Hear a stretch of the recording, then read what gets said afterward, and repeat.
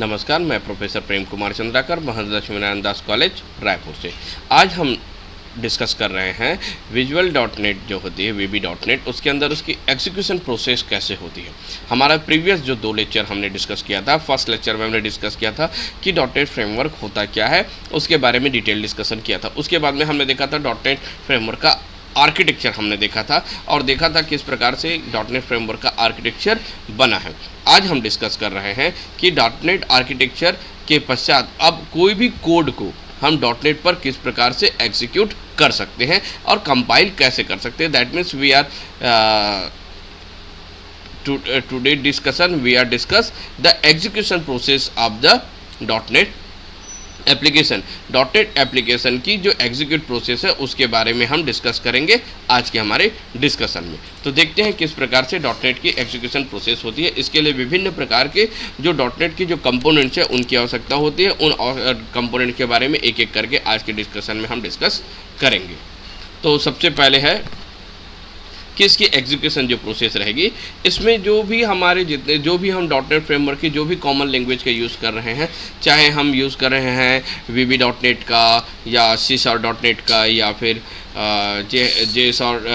जो Java dot net JSP dot net कहते हैं उसका यूज़ कर रहे हैं, जो भी के यूज़ कर रहे हैं उसको सबसे पहले हमें क्या करना होता है, कंपाइल करना होता है। सबसे पहला काम क्या होता है, कंपाइलर। सपोज दैट हम आज डिस्कस कर रहे हैं वीबी डॉट नेट का, तो हम सबसे पहले हम क्या करेंगे, कंपाइल करेंगे। जैसे हम कंपाइल करेंगे वो प्रोसेस कहाँ पर पहुँच जाएगा, कॉमन लैंग्वेज इंफ्रास्ट्रक्चर पर पहुँच जाएगा। कॉमन लैंग्वेज के इंफ्रास्ट्रक्चर में पहुँचने के पश्चात उसे कॉमन इंटरमीडिएट जो लैंग्वेज है, इन सब के बारे में हम प्रीवियस लेक्चर में डिस्कस कर चुके हैं कि कॉमन लैंग्वेज क्या होता है, कॉमन लैंग्वेज इंटरमीडिएट लैंग्वेज क्या होता है। आज के लेक्चर में इसके बारे में और दोबारा डिस्कस करेंगे। इसके बाद ये आता है कहाँ पर, कॉमन लैंग्वेज रन टाइम पर। और ये कॉमन लैंग्वेज रन टाइम ही जो होता है जो टारगेट लैंग्वेज पर कन्वर्ट करता है, यानी कि मशीन लेवल लैंग्वेज पर जो डेटा को परिवर्तित करने का काम होता है, वह जो होता है वो कॉमन लैंग्वेज जो रन टाइम होता है, JIT run time, just in run time, उसका यूज़ किया जाता है यहाँ पर। तो कंपाइलेशन प्रोसेस में सब कंपाइल करने के पश्चात किसका यूज़ होगा, कॉमन लैंग्वेज इंस्ट्रक्शन का, कॉमन इंटरमीडिएट लैंग्वेज का, फिर कॉमन लैंग्वेज रन टाइम का यूज़ होगा। देन आफ्टर लास्ट में मशीन कोड जनरेट होता है। तो इसकी प्रोसेस कैसे होती है, 1 बाय 1 ये देखते हैं। उसके पश्चात उसके कंपोनेंट्स के बारे में हम डिस्कस करेंगे।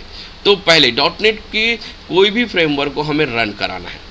हम चाहते हैं कि डॉट नेट के अंदर फ्रेमवर्क के अंदर एक एप्लीकेशन को रन कराना चाहते हैं, एग्जीक्यूट कराना चाहते हैं, तो उसकी जो प्रक्रिया होती है वो कैसे होगी। सबसे पहले हमें अपने पसंद की भाषा में कोड लिखना होगा, जैसे कि वीबी डॉट नेट में या सीशार्प डॉट नेट। हम यहाँ पर वीबी डॉट नेट का यूज़ कर रहे हैं, तो हमने वीबी डॉट नेट में सबसे पहले अपना प्रोग्राम का कोड लिखा।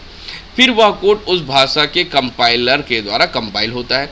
फिर उसके बाद उसे क्या करते हैं, हम कंपाइल करते हैं। जैसे अभी हमने डायग्राम में देखा कि सबसे पहले क्या रहेगा, हमारा लैंग्वेज होगा। उस लैंग्वेज में हम क्या करेंगे, डेटा को लिखेंगे, एप्लीकेशन को लिखेंगे, प्रोग्राम को बनाएंगे और प्रोग्राम कंपाइलर के द्वारा कंपाइल होगा। कंपाइल होने के बाद एक फाइल बनती है जिसे पोर्टेबल एग्जीक्यूट कोड कहते हैं। PE की बात किए थे, PL की बात किए थे हम। तो कंपाइल होने के बाद एक पोर्टेबल एग्जीक्यूट कोड बनती है जिसे आपके द्वारा लिखा गया इंटरमीडिएट लैंग्वेज में परिवर्तित होता है, तथा जिससे कुछ अतिरिक्त सूचना भी प्राप्त होती है। इस सूचना को मेटा डेटा कहा जाता है। मेटा डेटा में प्रोग्राम से संबंधित पूरा ब्यौरा मौजूद होता है। तो हमारा पहला प्रोसेस एप्लीकेशन प्रोग्राम लिखना, दूसरा प्रोसेस कंपाइल करना, तीसरा कंपाइल करने के बाद एक पोर्टेबल एग्जीक्यूट कोड प्राप्त होता है जिसमें इंटरमीडिएट जो लैंग्वेज होती है उसे उसमें क्या कर दी जाती है, परिवर्तित की जाती है, जिसमें आपको वर्क करना है। और इसकी जो पूरी जो डिटेल्स जो होती है वो जहाँ पर स्टोर होती है उसे हम कहते हैं मेटा डेटा कहते हैं। यानी कि पूरे प्रोग्राम का जो ब्यौरा है वो किसके अंदर रहता है, मेटा डेटा के अंदर स्टोर होता है। उसके बाद इंटरमीडिएट भाषा तथा मेटा डेटा एक लाइब्रेरी से जुड़ जाते हैं। अब इंटरमीडिएट जो लैंग्वेज था वो इंटरमीडिएट लैंग्वेज और मेटा डेटा दोनों क्या हो जाते हैं, एक क्लास लाइब्रेरी से जुड़ जाते हैं, एसोसिएट हो जाता है। तो पहला स्टेप, सबसे पहले हमने क्या किया, प्रोग्राम को लिखा, फिर प्रोग्राम को कंपाइल किया। कंपाइल करने के बाद पोर्टेबल एग्जीक्यूटेबल फाइल क्रिएट हुआ जो कि लिखा हुआ कोड किस में परिवर्तित हो गया, हमारा इंटरमीडिएट लैंग्वेज में परिवर्तित हो जाता है। इसकी पूरी डिटेल किस में रहती है, मेटा डेटा के अंदर रहती है। तो इंटरमीडिएट लैंग्वेज और मेटा डेटा एक क्लास लाइब्रेरी में एक साथ एसोसिएटेड हो जाती है। इसके पश्चात कंपाइलर EXE तथा DLL फाइल बनाता है। अब इसके बाद कंपाइलर क्या बना देता है, EXE फाइल और DLL फाइल बना देता है। जब इस EXE या DLL फाइल को एग्जीक्यूट करते हैं तब बेस क्लास लाइब्रेरी से कोड तथा जितने सारे भी सूचनाएं होती है क्लास लोडर को भेज दी जाती है। क्लास लोडर का कार्य सूचना को मेमोरी में लोड करने का होता है। तो अब कंपाइलर वाला रोल खत्म। अब हम किसकी तरफ आ रहे हैं, हमारा जो आर्किटेक्चर में जो देखे थे बेस क्लास लाइब्रेरी, हम उस पर आ रहे हैं। तो यहाँ पर जब EXE फाइल जब क्रिएट हो जाता है, जब हम EXE फाइल को एग्जीक्यूट करते हैं तो क्लास लाइब्रेरी जो है उससे रिलेटेड जितने सारे भी क्लासेस होती हैं वो हमें प्रोवाइड कराता है। और इसे प्रोवाइड मेमोरी में लोड करने का काम किसका होता है, क्लास लोडर का होता है। तो क्लास लोडर जितने सारे भी लाइब्रेरी की आवश्यकता होती है उसे मेमोरी में लोड करता है। उसके बाद just in time compiler code को इंटरमीडिएट लैंग्वेज से फिर से मैनेज नेटिव कोड के द्वारा ट्रांसलेट किया जाता है। तो जो कोड बना हुआ है वो कोड को कंपाइलर के द्वारा जो बनाया हुआ था जिसे हम यूज़ किए थे इंटरमीडिएट लैंग्वेज में, वही कोड को हम क्या कर रहे हैं, जस्ट इन टाइम कंपाइलर जो कोड को इंटरमीडिएट लैंग्वेज में फिर से उसकी जो नेटिव लैंग्वेज में है उसमें बदलने का काम करता है। अभी हमने एग्जीक्यूटेबल कोड के बारे में डिस्कस किया था तो बताया था जस्ट इन टाइम कंपाइलर ही वही होता है जो क्या करता है, आपके नेटिव मशीन कोड में परिवर्तित करने का काम करता है। यानी डेटा को मशीन कोड में परिवर्तित करने का काम किसका होता है, जस्ट इन कंपाइलर कोड का होता है। जस्ट इन कंपाइलर जो है प्रत्येक में CPU में अवेलेबल होता है जिससे वो जो इंटरमीडिएट कोड को उसके नेटिव जो मशीन कोड है उसमें परिवर्तित कर देता है। कोड कंपाइलेशन के दौरान जस्ट इन टाइम संपूर्ण इंटरमीडिएट लैंग्वेज को कंपाइल करता है। कंपाइल करने के बाद केवल उन्हीं इंटरमीडिएट कोड को वो देता है जो कंपाइल करता है। कोड कंपाइलेशन के दौरान जस्ट इन टाइम संपूर्ण इंटरमीडिएट लैंग्वेज को कंपाइल करने के लिए बदले केवल उन्हीं इंटरमीडिएट लैंग्वेज को कंपाइल करता है जिसकी आवश्यकता एग्जीक्यूशन के दौरान होती है। इस प्रक्रिया के दौरान यदि कोई अनकंपाइल्ड मेथड जागृत होता है तो उसे जस्ट इन कंपाइल मेथड उस मेथड को उस इंटरमीडिएट लैंग्वेज को स्थानीय कोड के ये कंपाइल करता है। तो जस्ट इन कंपाइल का काम क्या होता है, जब वो कंपाइल करता है तो उस समय पूरे के पूरे कोड को कंपाइल ना करके जो रिक्वायर कोड होते हैं जिनकी आवश्यकता पड़ती है केवल और केवल उन्हीं को कंपाइल करता है। बट रन टाइम में अगर किसी भी प्रकार के अन्य की आवश्यकता पड़ गई तो उसे भी वह कंपाइल करता है। जस्ट इन कंपाइलेशन के दौरान कोड की टाइप उसकी सेफ्टी की सुनिश्चित करते हैं, यानी सिक्योरिटी बहुत ही सुनिश्चित करते हैं। उसके पश्चात जब इसे टाइप सेफ्टी से यह सुनिश्चित करता है कि ऑब्जेक्ट हमेशा एक कंफर्टेबल तरीके से एक्सेस किया जा सके, सिक्योरिटी का मुख्य रोल रहेगा यहाँ पर। उसके बाद IL को स्थानीय कोड में बदलने के लिए इंटरमीडिएट जो लैंग्वेज है उसे स्थानीय कोड में परिवर्तित करने के लिए .NET रन टाइम मैनेजर को भेजा जाता है। तो .NET रन टाइम मैनेजर इसे मैनेज करता है। तो ये जो प्रोसेस है हमने .NET आर्किटेक्चर में ये सारे जो टर्मिनोलॉजी इनके बारे में डिस्कस किया था, जिसमें जस्ट इन कंपाइल क्या है, रन टाइम मैनेजर क्या है, ये सारी चीज़ों के बारे में डिस्कस किया था। इसका प्रोसेस कैसे चला, प्रोग्राम लिखे, प्रोग्राम को फिर हमने क्या किया, कंपाइल किया। कंपाइल करने के पश्चात प्रोग्राम इंटरमीडिएट लैंग्वेज में परिवर्तित हुआ। फिर उसके बाद इसकी डेटा की डिटेल किस में स्टोर हुई, मेटा डेटा में स्टोर हुई। तो जस्ट इन कंपाइल और मेटा डेटा एसोसिएटेड होकर एक क्लास के रूप में एसोसिएटेड हो गया। उसके बाद इसका कंपाइलर EXE फाइल तथा DLL फाइल बनाया। जब EXE फाइल और DLL फाइल को जब हम कंपाइल किए तो उस समय बेस क्लास लाइब्रेरी जो है उसे एग्जीक्यूट होने के लिए जितने सारे क्लास की आवश्यकता थी उसे क्लास लोडर की सहायता से मेमोरी में लोड करता है। उसके बाद जस्ट इन कंपाइलर कोड आता है। जस्ट इन कंपाइलर कोड जो इंटरमीडिएट जितने सारे कोड होते हैं उन कोड को कंपाइल करता है, परंतु कंपाइल करते समय ध्यान में ये रखता है कि केवल और केवल उन्हीं को कंपाइल करता है जिनकी आवश्यकता करंट सिचुएशन में प्रोग्राम के एग्जीक्यूशन के दौरान होती है, रेस्ट आपको वो भेज देती है गार्बेज कलेक्शन में। रेस्ट आपको कहाँ भेज देती है? गार्बेज कलेक्शन को भेज देती है। लेकिन रन टाइम में अगर किसी प्रकार के अन्य कोड की आवश्यकता होती है जिसे हमें कंपाइल करना है, तो जस्ट इन कंपाइल उसे भी कंपाइल करता है। कंपाइल करने के बाद लास्ट में वो किसे भेज देता है? रन टाइम मैनेजर को भेज देता है, जो हमारी इंटरमीडिएट जो लैंग्वेज है उसे किसी में परिवर्तित करना है, कैसे करना है, स्थानीय कोड में बदलने के लिए हम रन टाइम मैनेजर को भेज देते हैं और उसे उस कोड में परिवर्तित कर देते हैं। तो ये रनिंग प्रोसेस है किसका?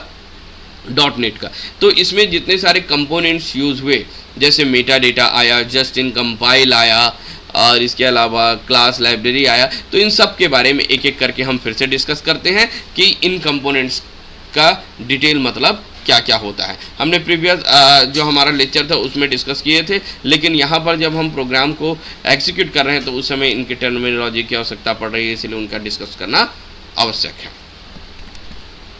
तो सबसे पहले हम देखते हैं common language run time. Common language run time program के एग्जीक्यूशन के समय बहुत ही इंपॉर्टेंट होता है। इसके अंदर सबसे पहले होता है गार्बेज कलेक्शन। आपको अभी हमने कहा था कि अनयूजेस जो डेटा होती है, जब इसे कंपाइल किया जाता है, तो जब जस्ट इन कंपाइलर जब कंपाइल करता है तो होल पूरे इंटरमीडिएट लैंग्वेज को कंपाइल ना करके केवल आवश्यक जिनकी होती है उन्हीं को करता है, और जो आवश्यक नहीं होते उसे ऑटोमेटिकली कहाँ भेज दिया जाता है? गार्बेज कलेक्टर के अंदर भेज दिया जाता है, जिसके अंदर वो अनयूजेज जो डेटा है या अनवांटेड जो डेटा जिसे कह सकते हैं अनयूजेज डेटा को यहाँ पर रखा जाता है। उसके बाद कोड एक्सेस सिक्योरिटी। अभी हमने डिस्कस किया था कि एग्जीक्यूशन के लास्ट स्टेप पर हमने देखा था कि एग्जीक्यूशन की जो सिक्योरिटी होती है वो बहुत ही अनिवार्य है, क्योंकि किसी भी डेटा को किस डेटा को ग्रांट करना है, किसको परमिशन देना है, किसे एक्सेस डिनाई करना है, उसके लिए यहाँ पर एक्सेस सिक्योरिटी का होना जरूरी है। कोड वेरिफिकेशन, कोड आपका प्रॉपर है कि नहीं, कोड सेफ्टी है कि नहीं, रन टाइम पर कोड किस प्रकार से चल रही है, उसके लिए कोड वेरिफिकेशन का काम करता है। यहाँ पर कोड वेरिफिकेशन यानी प्रोग्राम की कोड की सेफ्टी के रूप में वेरीफाई करता है। उसके बाद इंटरमीडिएट लैंग्वेज जिसे MSIL भी कहते हैं, ये भी हमने कहा था। तो ये क्या करता है? नेटिव जो कोड होते हैं उसमें उसको कन्वर्ट करने का काम करता है। इसके लिए किसकी ज़रूरत पड़ती है? हमें जस्ट इन टाइम कंपाइलर की आवश्यकता होती है। जस्ट इन टाइम कंपाइलर के पश्चात हमें किसकी ज़रूरत पड़ती है? हमें उसके पश्चात ज़रूरत पड़ता है मशीन रन टाइम मैनेजर की ज़रूरत पड़ती है। तो ये हुआ कौन सा? Common language run time. इसके बाद आता है common language specification. A subset of a CTS common language specification में क्या क्या होता है? A subset of CTS which all the .NET are expected to the support. इसे CTS .NET फ्रेमवर्क के सारे चीज़ को सपोर्ट करने के लिए कॉमन लैंग्वेज स्पेसिफिकेशन का यूज़ किया जाता है। It help the different language into one place. जितने डिफरेंट लैंग्वेजेस है .NET के, उन सब के हेल्प के लिए इसका यूज़ किया जाता है। Common language specification provide the help.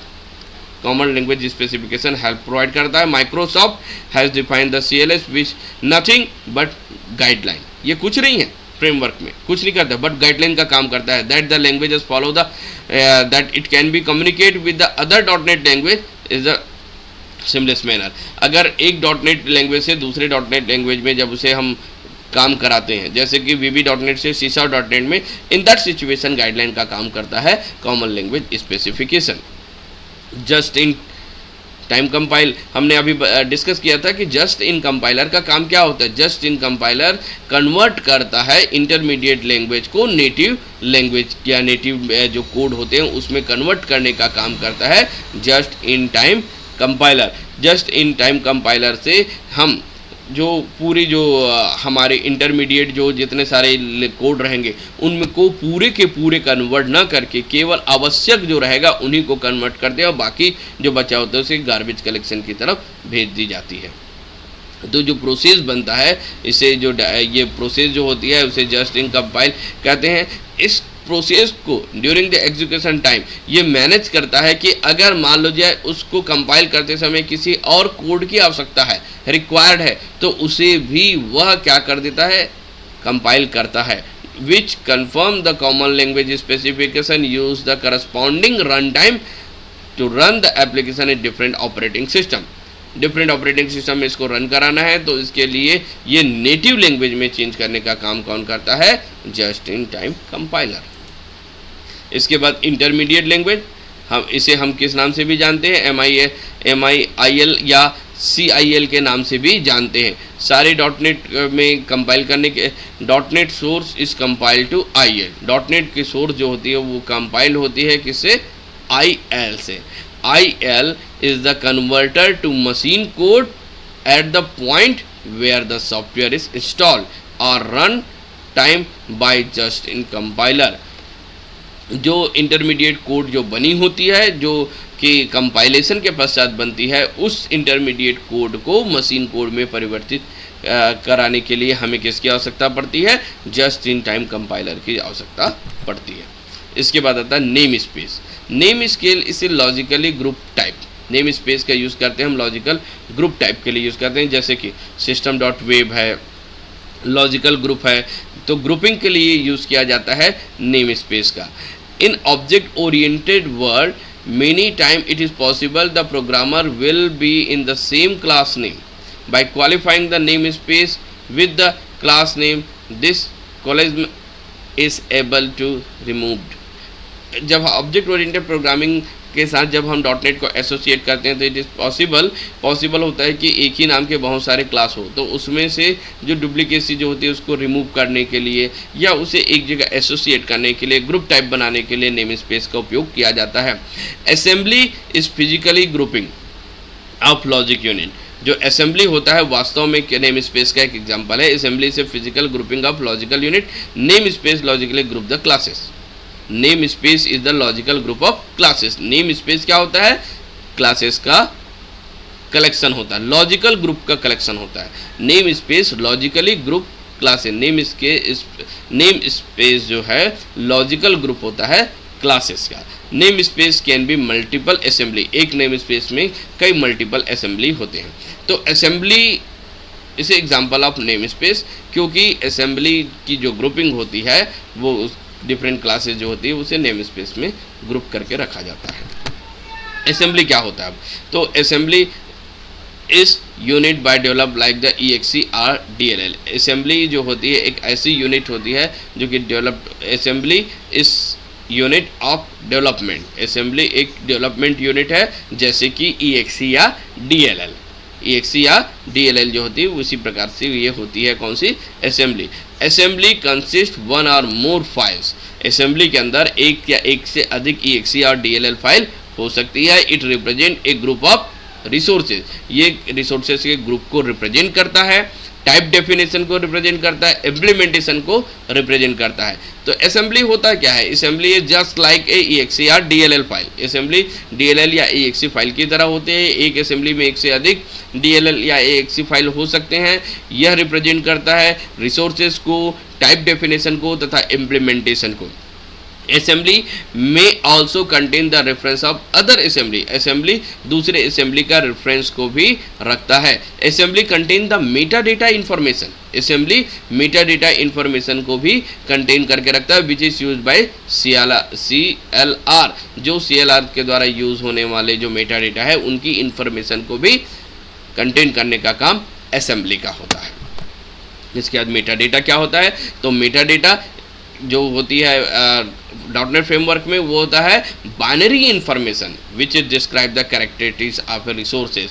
तो meta data is in dot net is a binary information. Meta data binary information होती है। हमने अभी बात किया था कि मेटा डेटा जो होती है वो एक प्रकार का रिसोर्स होता है, एक प्रकार का कलेक्शन होता है। जहाँ पर इंटरमीडिएट कोड जब बनती थी, इंटरमीडिएट कोड से संबंधित जितने सारे भी डेटा रहती हैं वो कहाँ पर स्टोर होती है? मेटा डेटा के अंदर स्टोर रहती है। तो this is include the assembly. ये किसको किसको इंक्लूड करके रखता है? असेंबली को, डेटा टाइप को, and member they are declaring the implementation, और वो सारे मेंबर्स को जिन्होंने इम्प्लीमेंटेशन के लिए डिक्लेयर किया गया है। इसके अलावा अदर जो रेफरेंसेस है जैसे सिक्योरिटी पर्पस, ये सारी जो सूचनाएं हैं वो किसके अंदर संग्रहित रहती है?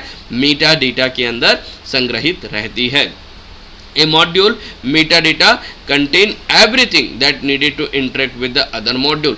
एक मॉड्यूल से दूसरे मॉड्यूल में इंटरेक्ट होने की जो सारी आवश्यकता होती है, सारी चीज़ें जो होती है वो किसके पास होती है, मेटा डेटा कंटेन करके उसे रखते हैं. During the compilation time Meta data create the Microsoft intermediate language. Compilation के दौरान मेटा डेटा क्या क्रिएट करता है, माइक्रोसॉफ्ट इंटरमीडिएट लैंग्वेज, जिसे IL अभी हम कर रहे थे, तो IL लैंग्वेज क्रिएट कराने का काम किसका होता है, मेटा डेटा का होता है. And store in the file is called manifest, और इसे एक फाइल में स्टोर कर देता है जिसे मैनिफेस्ट करते हैं. Both the meta data and Microsoft intermediate language together wrap in a portable execute file. तो इंटरमीडिएट जो लैंग्वेज होती है वो और मेटा डेटा दोनों एक जगह रैप हो जाती है, जिसे एग्जीक्यूटेबल फाइल कहते हैं. जब हम एग्जीक्यूटेबल जो डॉटनेट का एग्जीक्यूशन की जो प्रोसेस हमने पढ़ा था, उस प्रोसेस में इस पॉइंट को हमने और नोटिस किया था, जो हमारा तीसरा फेज था, जिसमें हमने कहा था कि जैसे इंटरमीडिएट कोड जनरेट हो जाता है उससे रिलेटेड इंफॉर्मेशन कहाँ पर रहती है, मेटा डेटा के अंदर रहती है, और मेटा डेटा और ये जो IL है वो एसोसिएट हो जाती है एक क्लास में, एक जगह, जिसे कहते हैं पोर्टेबल एग्जीक्यूटेबल फाइल. इसके बाद आता है कॉमन टाइप सिस्टम. तो common type system describe A set of that can be use in the different dot net language in common.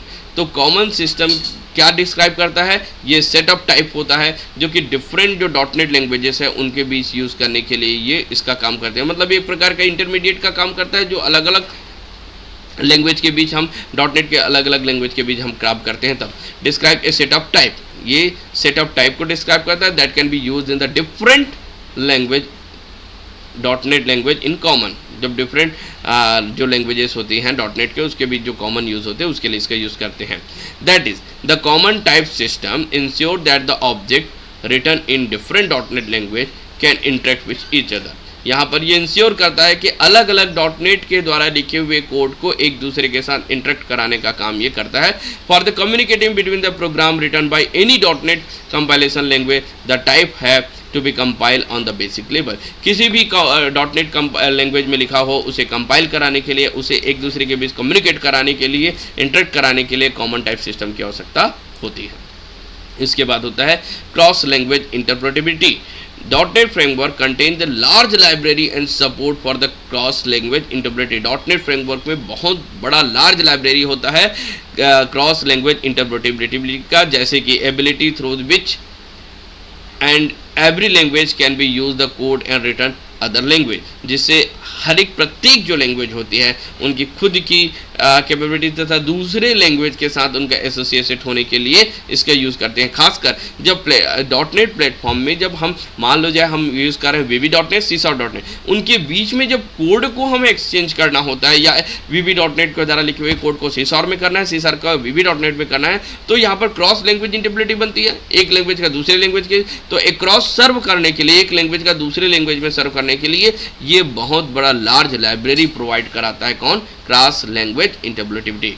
Is also support the feature of code reusability. ये support करता है कौन C code को? Reusability को. Because the cross language interpretability code written in any of .NET compilation language can be use by the other. किसी भी .NET language में एक बार लिखा हुआ कोड किसी अन्य .NET लैंग्वेज पर आसानी से उपयोग में लाया जा सकता है. किसकी सहायता से? क्रॉस लैंग्वेज इंटरप्रेटेबिलिटी की सहायता से. जब एक बार लिखा हुआ कोड किसी दूसरे लैंग्वेज में यूज हो रहा है, दैट मीन्स क्या हो जा रहा है? यहाँ पर रीयूजेबिलिटी हो रहा है. जैसे कि अगर कोड लिखा हमने C#.NET में, तो उसे हम VB.NET के मॉड्यूल में भी यूज कर सकते हैं. तो एक बार कोड लिखे उसको अलग अलग मॉड्यूल में हम यूज कर सकते हैं. तो आज के इंटायर जो क्लास है उसमें हमने देखा कि डिफरेंट टाइप्स ऑफ जितने सारे भी हमारे .NET के जो एक एप्लीकेशन को रन करने के लिए जो की आवश्यकता पड़ती है उनके बारे में हमने डिस्कस किया. किस प्रकार से हमारा .NET का एप्लीकेशन रन होता है और रन होने से के समय जो जो कंपोनेंट की आवश्यकता पड़ती है, जो उसके सीधा रिलेटेड जो उसके आर्किटेक्चर से था, उसके बारे में हमने डिस्कस किया था। नाउ लास्ट में फिर से अगेन हम डिस्कस करते हैं .NET गार्बेज कलेक्शन का। तो हमने बात किया था कि गार्बेज कलेक्शन का यूज़ कब होता है, जब भी हम कोई प्रोग्राम क्रिएट करते हैं। प्रोग्राम क्रिएट करने के बाद प्रोग्राम को कंपाइल करते हैं, कंपाइल करने के बाद एक इंटरमीडिएट कोड जनरेट होता है। इंटरमीडिएट कोड का इन्फॉर्मेशन मेटा डेटा में स्टोर रहता है और उसके बाद इंटरमीडिएट कोड और मेटा डेटा एसोसिएटेड होकर एक एग्जीक्यूटेबल फाइल बना जाती है। जब इस एग्जीक्यूटेबल फाइल को जस्ट इन कंपाइलर के द्वारा कंपाइल किया जाता है, तो उस समय वो होल प्रोग्राम को कंपाइल ना करके केवल जो रिक्वायर्ड जो कोडिंग होती है उसको कंपाइल करती है, और रेस्ट ऑफ कोडिंग जो रिक्वायर्ड नहीं होती है, अनयूजेज जो होती है, उसे ऑटोमेटिकली वो कहाँ भेज देता है, गार्बेज कलेक्शन में भेज देता है। तो गार्बेज कलेक्शन वह होता है जिसमें अनवांटेड जो फाइल होते हैं, अनरेफरेंस जो फाइल होती है, उसे वहाँ पर रख दिया जाता है, जो कि मेमोरी से उसको रिलीज कर देता है। तो .NET framework provide a new mechanism for releasing the referencing object from the memory. This process is called garbage collection। यानी कि जो अनयूजेज जो है, अनरेफरेंसिंग जो डेटा है, उसे मेमोरी से हटाने का जो काम करता है वो गार्बेज कलेक्शन करता है। तो आज के पूरे इंटायर लेक्चर में हमने देखा, सबसे पहले एग्जीक्यूशन प्रोसेस देखा .NET के एक एप्लीकेशन का, उसके बाद उसके यूज़ होने वाले जितने सारे कंपोनेंट्स हैं उसके बारे में हमने डिस्कस किया। Thank you.